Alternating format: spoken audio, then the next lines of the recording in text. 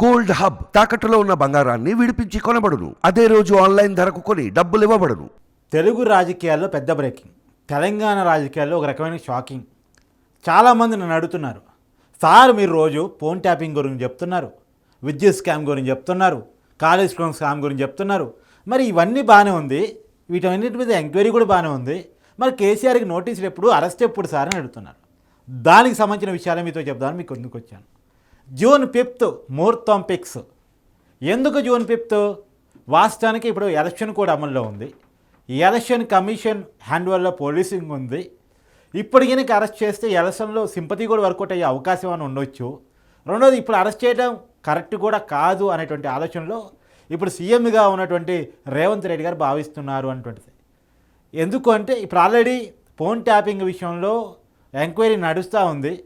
రాధాకిషన్ రావు custody ముగిసింది. చాలా విషయాలు అతను బయటపెట్టాడు. వాస్తవానికి ఇదే కేసులో ప్రభాకర్ రావు ఏదైతే గతంలో ఇంటెలిజెన్స్ చీఫ్గా బీఆర్ఎస్ ప్రభుత్వంలో పనిచేశాడో ఆయన రావాల్సి ఉంది. కానీ ఆయన అమెరికాలో క్యాన్సర్ పేషెంట్గా చికిత్స పొందుతూ ఉన్నారు. సో ఆయన ఆ పేరు చెప్పేసి రావటం లేదు, కొంత టైం తీసుకునే అవకాశం కూడా ఉంది. ఏది ఏమైనా రావాల్సిన విషయాలు బీఆర్ఎస్ సుప్రీం అనే పేరుతోటి ఇప్పటికే రావాల్సినటువంటి విషయాలు వచ్చాయి.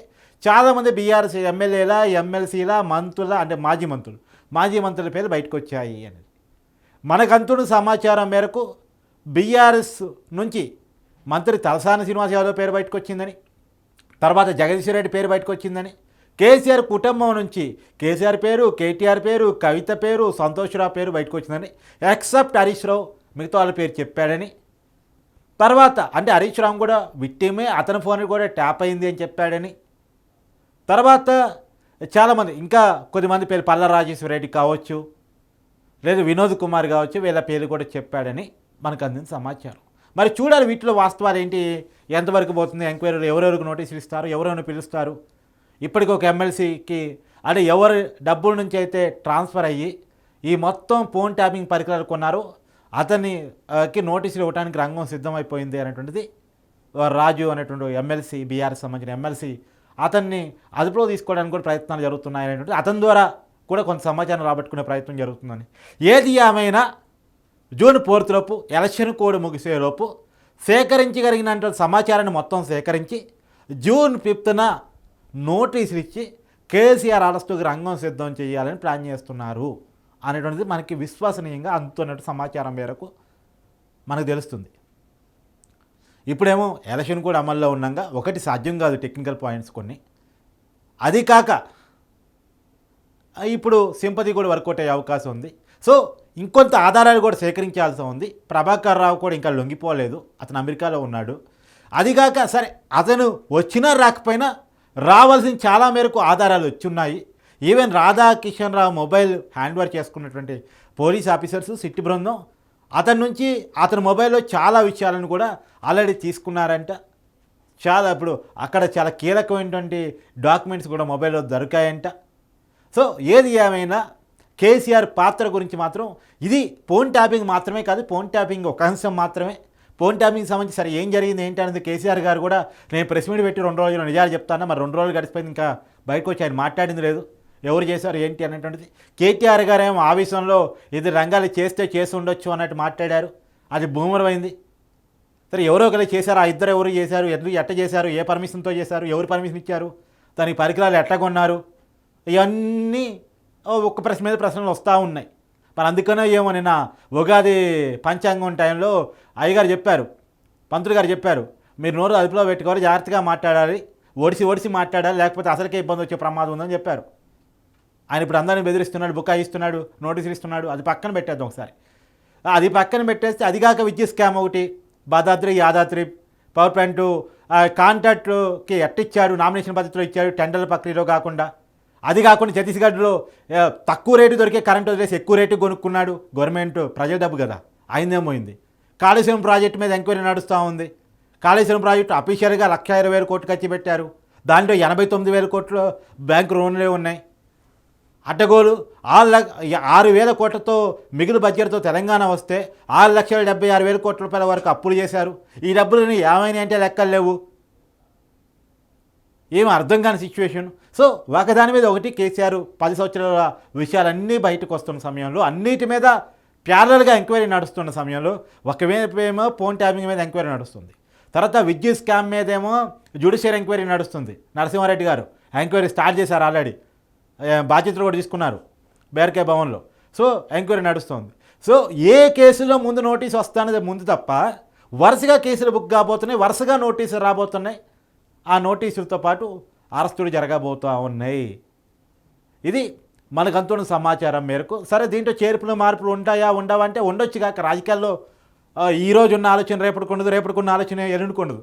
ఎలాంటి రాజీలు జరగకుండా ఉంటే, సహజంగా రాజకీయాల్లో ఏంటంటే ఒక టైంలో కేసు కాయికి వస్తుంది, దాని మీద చర్చ జరుగుతాయి, చాలా విషయాలు బయటకు వస్తాయి, తర్వాత ఆ కేసు ఏమైందో ఎవరికీ తెలియకుండా కనుమరుగైపోతుంది. అలా కాకుండా నిజంగా ఎంక్వైరీ చేసి ప్రజల ముందు వాస్తవాలు పెట్టి తప్పు చేసిన వాళ్ళు శిక్షించే ఉద్దేశం కనుక ప్రభుత్వాలకు ఉంటే కేసీఆర్ అరెస్టుకి రంగం సిద్ధం అవుతుంది అనేటువంటి సమాచారం బయటకు వస్తూ ఉంది. మరి చూడాలి. మనకు అందుతున్న సమాచారం మేరకు జూన్ 4న ఎన్నికల కోడ్ ముగియబోతుంది. ఎన్నికల రిజల్ట్గా రాబోతుంది. కేంద్రంలో ఎవరికి అధికారం వస్తుందో తేలబోతుంది. తెలంగాణలో ఎవరికి ఎన్ని పార్లమెంటు స్థానాలు రాబోతుందో తేలిపోతూ ఉంది. బీఆర్ఎస్ రాజకీయ భవిష్యత్తు ఎలా ఉండబోతుందో కూడా తెలవబోతూ ఉంది. ఎందుకు బీఆర్ఎస్ రాజకీయ భవిష్యత్తు అనే పదాన్ని నేను చెప్తున్నానంటే, ఇప్పటికి వస్తున్న సర్వేల ప్రకారం మొత్తం 17 పార్లమెంటు స్థానాలు తెలంగాణలో ఉంటే దాదాపు 12 పార్లమెంటు స్థానాలు కాంగ్రెస్కి రాబోతున్నాయని, 4 పార్లమెంటు స్థానాలు బీజేపీకి రాబోతున్నాయని, ఒకే ఒక్క పార్లమెంటు స్థానం బీఆర్ఎస్కి వచ్చే అవకాశం ఉందని, ఒకటి ఎంఐఎంకి ఆల్రెడీ అన్ని సర్వేలు ఇచ్చేస్తున్నాయి. అంటే ఇక క్లియర్ కట్గా అర్థమవుతుంది బీఆర్ఎస్కి రాజకీయ భవిష్యత్తు ఏ రకంగా ఉండబోతుందని. ఇంకోటి సర్వేలు చెప్తున్నా, ఆ ఒక్కటి కూడా రాదని చెప్తున్నాయి. మరి వస్తో రాదో తెలియాలి. ఎందుకంటే ఆయనకు వస్తుంది అనుకున్నది ఏంది, ఇప్పటివరకు మెదక్ ఏమైనా రావచ్చు అనుకున్నారు, కానీ మెదక్ చాలా వివాదం అవుతుంది. నిన్న మొత్తం 106 మంది ఉద్యోగులని, 106 మంది ఉద్యోగులను ఒక్కసారిగా సస్పెండ్ చేయాల్సిన పరిస్థితి వచ్చింది. ఆ ఐఏఎస్ మాజీ ఐఏఎస్ ఎవరైతే అక్కడ నిలబడ్డారో వెంకటరమణారెడ్డి, అతను వాళ్ళతో భేటీ అయ్యాడు ఉద్యోగస్తులతోటి, ఆ పాత పరిచయాలతోటి. అసలు ఒక రాజకీయ పార్టీలతో పోటీ చేస్తున్న అభ్యర్థితో గవర్నమెంట్ ఉద్యోగులు భేటీ కావటం ఏంటి, వాళ్ళ గెలుపు కోసం మీరు పనిచేయటం ఏంటి అని చెప్పేసి ఎలక్షన్ కమిషన్ వాళ్ళందరినీ సస్పెండ్ చేసి పడేసింది. ఇప్పుడు ఆ కుటుంబాలన్నీ యాంటీ అయితే అది బాగా ప్రభావం చూపించింది మెదక్ జిల్లాలో. సో ఆ పార్లమెంటు స్థానం కూడా ఓడిపోతే సింగిల్ పార్లమెంటు స్థానం కూడా రానట్టు లెక్క.